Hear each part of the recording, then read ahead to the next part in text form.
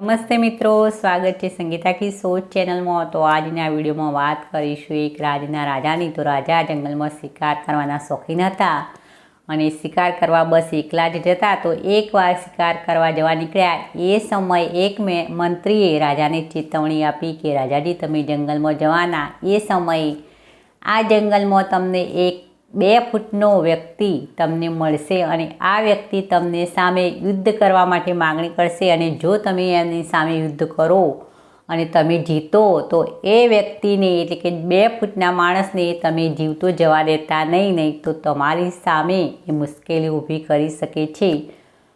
તો આ સાંભળી અને રાજા જંગલમાં ગયા અને જંગલમાં આ વ્યક્તિ 2 ફૂટનો વ્યક્તિ મળ્યો પણ ખરો અને રાજા સમક્ષ યુદ્ધની માગણી પણ કરી। તો રાજાએ સામસામે યુદ્ધ કર્યું અને રાજાજી જીતી ગયા।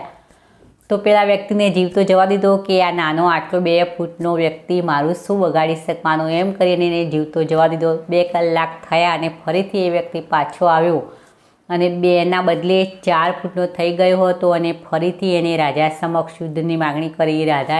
રાજાએ એની સમક્ષ યુદ્ધ કર્યું અને રાજા ફરીથી પણ જીતી ગયા અને ફરીથી એને જીવતો જવા દીધો કે આટલો માણસ મારું શું બગાડવાનો, 4 ફૂટનો માણસ।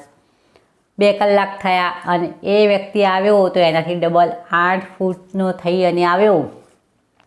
રાજાની સમક્ષ યુદ્ધ કર્યું અને એ સમયે રાજા એની સામે જીતી શક્યા નહીં, કારણ કે એની શક્તિ પણ વધી ગઈ હતી અને એની ઊંચાઈ પણ રાજાજી કરતાં ઘણી વધી ગઈ હતી।